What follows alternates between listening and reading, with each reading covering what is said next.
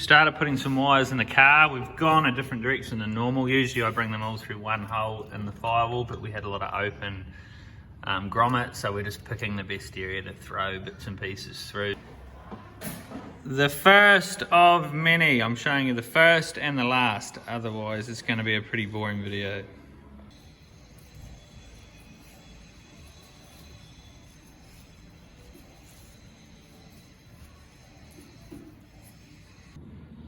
Well, that's the majority of the engine bay wired up. Everything's played the game.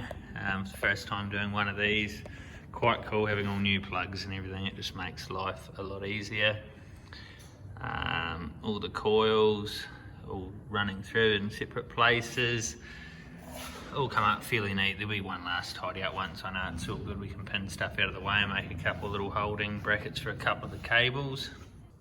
We finally cut the fuel rail down, the secondary fuel rail. Pete next door, clever old bugger, he's put -8 thread for an auger fitting to go on each end. So that's tidy that side of it up. It was looking a bit stupid before, obviously, but worst thing, whenever I was working on it, it would always cut me because it was hanging out through there. So that problem should be solved. So a few more fuel lines and wire up the rest of the car. We've got all the Loom sort of laid out, ready to go, and we won't be too far off the pace. Still a lot of wires to go though. Wires everywhere. And the fence post is a radiator overflow bottle now.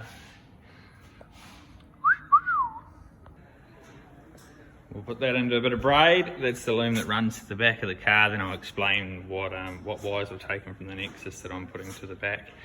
Remembering everyone's car is going to be completely different, so don't do what I'm doing. It's just the way I'm doing it. You guys will be completely different. 1 minute later, we're all braided up. It's a good way of doing it. Keeps the loom nice and tight. Gives it that extra layer of protection too. Dun dun dun dun dun. Welcome to another tip of the day. Just a quick one. When you put your braid on, always put the heat shrink on straight away. So as soon as you've slid your braid on and cut it, make sure you have your piece of heat shrink ready to go and slide it on, because if you go and pin the plug before doing that, you'll never get the heat shrink on. Happens a lot. I've done it plenty of times.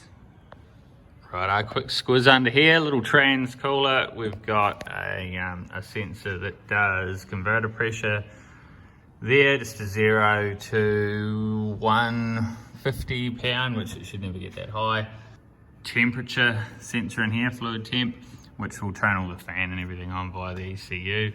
We've got a line pressure out of the servo on the side of the POWERGLIDE, which tells us that could get anywhere sort of up to the 250 or even a bit higher possibly. Hopefully that hose I've used is the right one for that. I'll just have to triple check on that. Everything else under here, rear speed sensors all wired up. We've gone up through the floor, just bunch them up quickly there for now. The other two plugs we've got are going to be, one plug there is for rear shock sensors, height sensors, once I put them in down the track. Not needed for now, but I will get there. And that's about it. We've got water in it now, so coolant's in it. There's no leaks. That's a good start. So in the boot, we've got one wire for the fuel sender.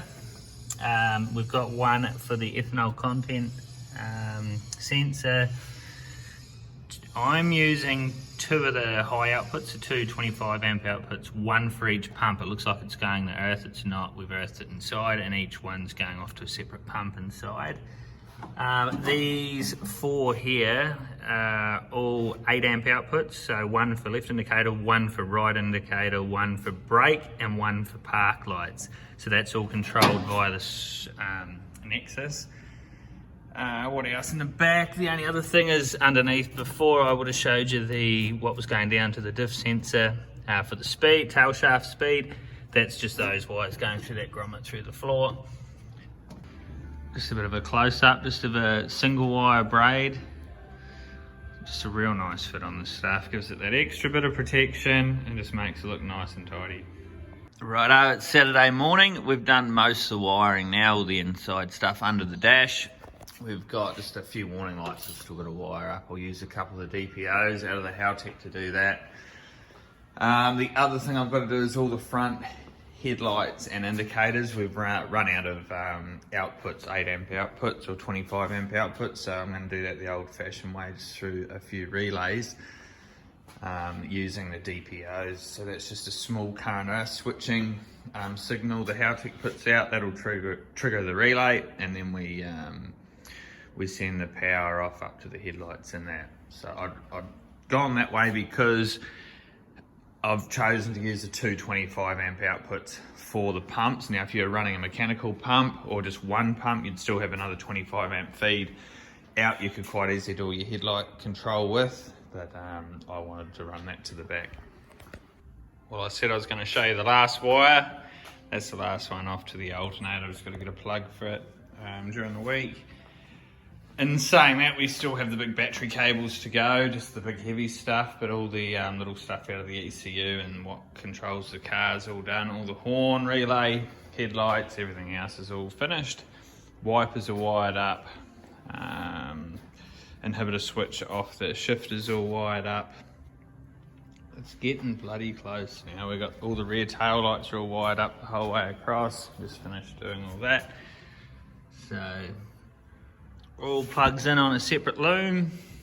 We won't be far away from starting it. If we can get this battery in this week, I'll configure all the ECU and we'll see if it wants to fire. Just had a bit of a play in the lathe. I'm just getting used to it. I've never really used one before. True story, this is just a little battery through firewall fitting for the main battery cables, so that'll insulate everything. I'll show you when it's in the car. Oh, here's another tip. Usually the more strands, the more flexible. So this one here, you can coil it up really easy. This one here, you pick it up and it's like a piece of welding wire.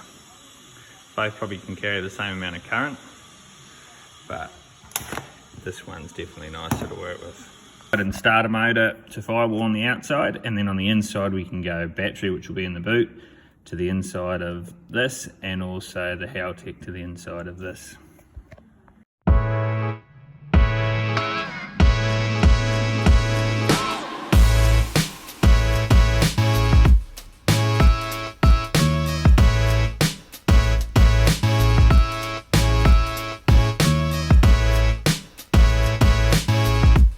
Made a simple plate, 3mm aluminium, just to hang the computer off. It's nice and solid. A couple of P-clips there to hold the wiring. We've still just got to tidy up this bit here. Once we get all the relays done, I'm just waiting on one more plastic housing for these relays. Handy little relays. They've got a fuse built into them, so you don't have to run a fuse box anywhere else. So we're running those for high beam, low beam, and fan because we're out of outputs.